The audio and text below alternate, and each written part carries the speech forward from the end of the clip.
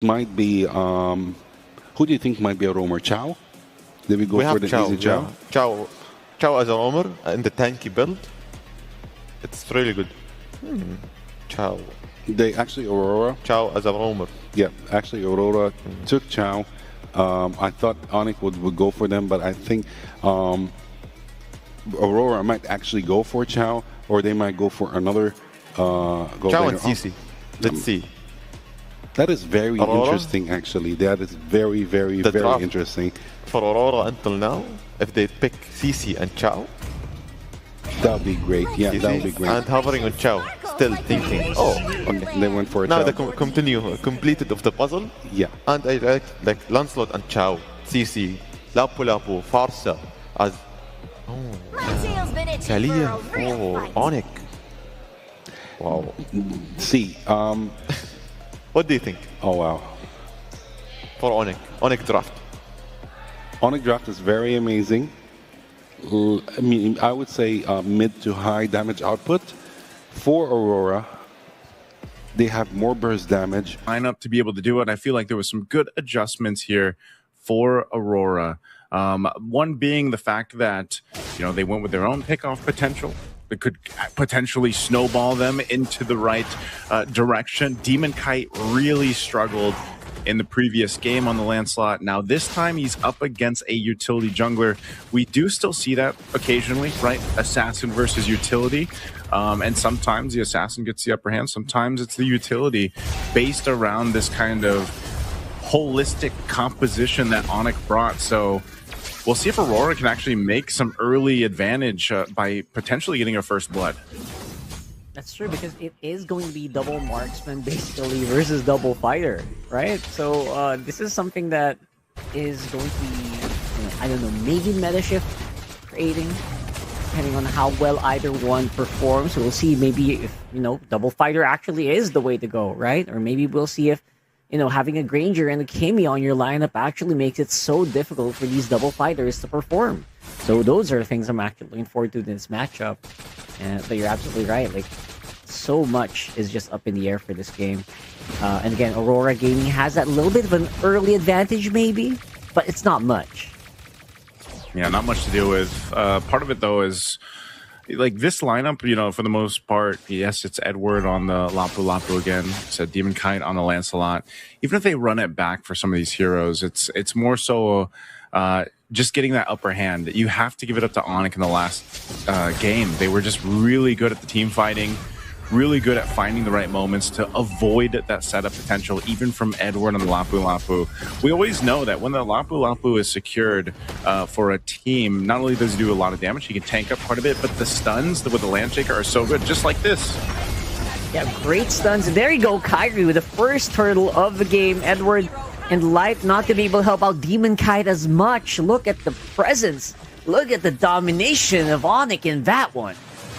Yeah, there's they're going to deal with that. I mean, that's one of the things they have to be careful for. Some of these initiations, especially in the early portion of the game, you got to kind of approach them in the right way. And even more so in the turtle pits, you know, like those areas are crucial to be fighting in. Now, this map being potentially the last map, if ONIC wins with it, expanding rivers, either way, when it comes down to these objectives, either team can choose to rotate really quickly. The fact that Dominkite is on a CC gold lane as well could change some of those later team fights, whereas, you know, Skylar essentially can do the same thing. It's only unfortunate for Skylar that he doesn't have the space that was provided with an Eve, like in game one, but because of the lineup, it's actually okay. You have a Kalea, you have the traction pulse from Sans, and that actually is enough to go ahead and keep him relatively safe. Plus, like I said, the flicker is always an option as well. I think maybe they're thinking, you know what, we don't need like an Eve real world if we're gonna -1 anyway, right? Like there's just gonna be 4 enemies on the opponent on the map. So that's they're thinking maybe of the Kalea. But look at that, Lutpi again is gonna be the sore spot here. Aurora Gaming is gonna try to punch on. Or, you know, but of course that isn't Esmeralda. Early game has great sustainability, and who has not that much sustainability, that's Dominkite, especially against 4 members of ONIC. See, that's a tough thing. You know, these lineups nearly mirror each other with the game plan. It's that pick-off centric lineup. Let's get a kill, utilizing either the Cho for Aurora or the Kalea here for ONIC. And they get the upper hand because they made the play up top, almost getting this tier 1 too. Traction pulls thrown out. Oh, a few more hits would have actually been huge for Sans there, but Yuwei is able to dodge out. Again, Edward going to be using the Bravest Spider and the Flicker to get out of harm's way, which just leaves the map wide open for ONIC to take that turtle. Man, Rockhart, it just seems like right now it's either Aurora Gaming Philippines is just not synced up like we've seen them in the previous matches, or it's just ONIC playing so well. It's probably a combination of both. ONIC seems to be just completely locked in on the game plan on what they want to do here. And again, if they're able to go ahead and put pressure where Aurora can't play around that plan of a pick-off, because the Tsunami Slam is going to go first. Oh man, there you go. That's Tsunami Slam once more. At that point, Dominkite can't even use the Phantom Execution to get out of harm's way. And because of that, this is going to be another turret. That's going to be, turret rather. That's going to be so hard to defend against. Now, of course, there has to be something to give for Aurora. Skylar maybe absorbing some of Dominkite's hits, buying some time for Kyrie to get back into the fight here alongside Kiboy. That aggression of this duo, this Kalea and this Baksha, so nasty. Kiboy is so locked into the series. There's the kick though. Nice kick from Light. Obviously going to get some kills back, and that is Hans.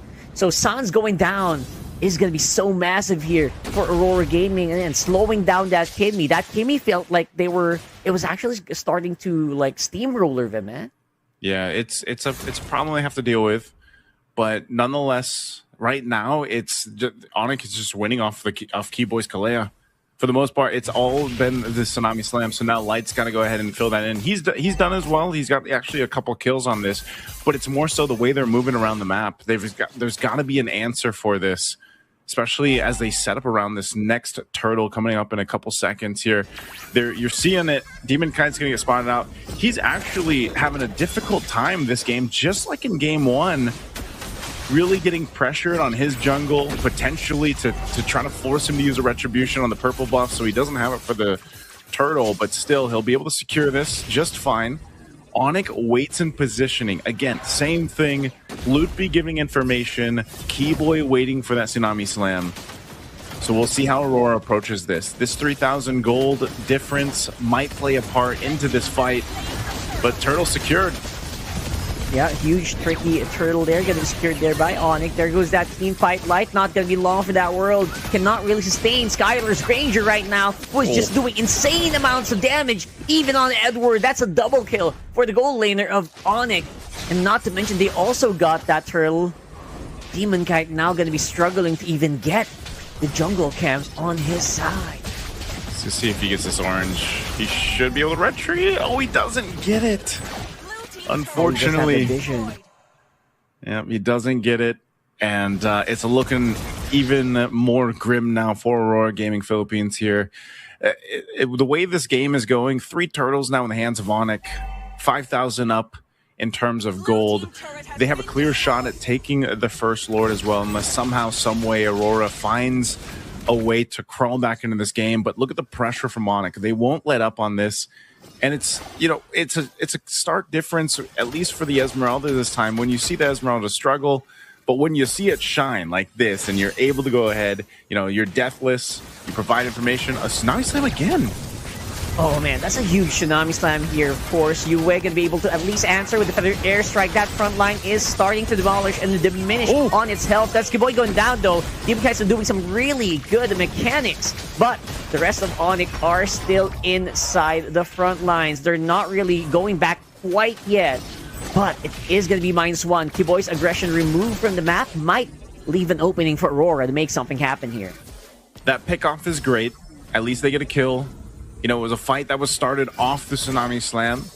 One of the first steps that Aurora needs to get back into the game. But even looking at the itemization here, there's quite a bit of difference, right? Even the gold lane right now, obviously the CC is going to scale up a lot slower than this Granger given the way the game's gone.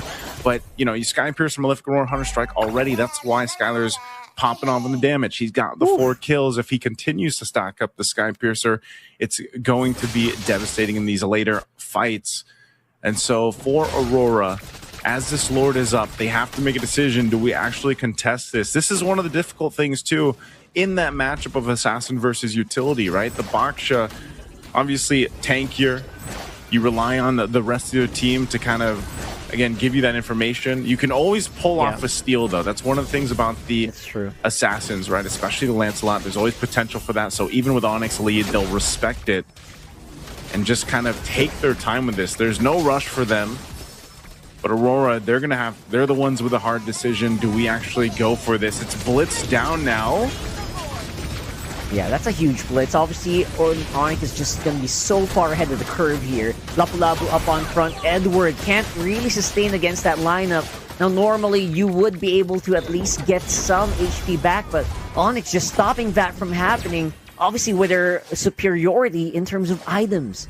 So, right now, it's just Aurora getting pushed back over and over again. I mean, like, the only thing I was thinking about for ONIC is at least both Kyrie and Demon Kite were level 12. While that Lord was happening, but now that's not going to be the case here. We got Lord walking up on top, and I expect ONIC to wait for this fully 100%, wait for it before they fight.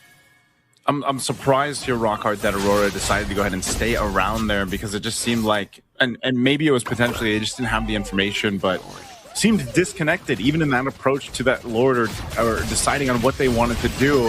They're going to go for this kick.